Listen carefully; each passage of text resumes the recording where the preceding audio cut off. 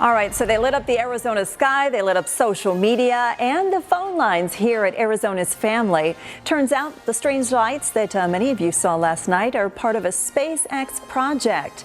The satellite launched from Florida, but they're also the subject of research right here in Arizona. At the University of Arizona, they want to know how the light from thousands of satellites orbiting Earth will impact the photos astronomers take as they study distant stars or look for asteroids threatening our planet. Whitney Clark's joining us live tonight with some perspective from the experts. Hi, Whitney. Hey, Jared, it was super interesting talking to these astronomers who tell me what we're actually seeing in some of these photos and videos is sunlight reflecting off of the solar panels on the satellites. The so-called Starlinks are incredibly bright the first few days after launch and understandably got a lot of attention here.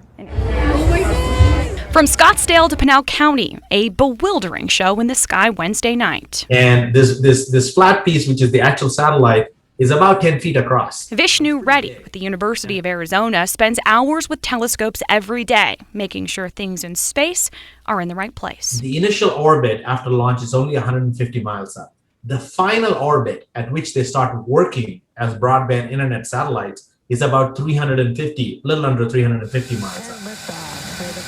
The end goal for SpaceX, a big constellation that will bring internet to the most remote areas of the world.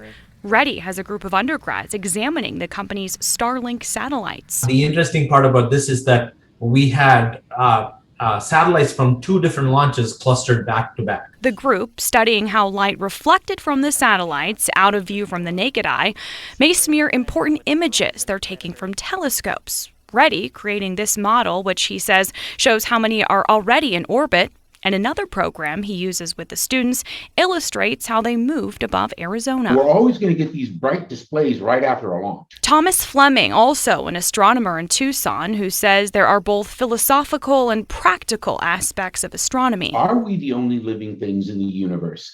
Is there something else out there? Could our life come to an end by an asteroid hitting the Earth? Space is becoming a busy place. This wasn't the first or last Starlink launch, and according to its website, with good visibility, you may see them again in Phoenix on Saturday. And we've been talking about this, but it is worth reminding you once again, there actually is a website where you can check and see if you'll be able to see these satellites from your hometown. We do have a link up on our website. That's azfamily.com. It's really fascinating stuff, Whitney. What are the students and the professors at the U of A going to do with all of that information from their project? So they're actually going to be presenting their findings to the Department of Defense later this year. And it's really important noting here that the astronomers that I talked to say that SpaceX has been pretty accommodating in listening to some of their concerns and how these satellites could impact their research. They've been doing things like painting the satellites and covering them kind of to darken them and lessen that solar reflection. So there's a lot going on up there. I'm sure we'll be hearing a lot about it in the next few years. Super interesting stuff. Absolutely. Very interesting work they're doing. Whitney Clark, thank you so much.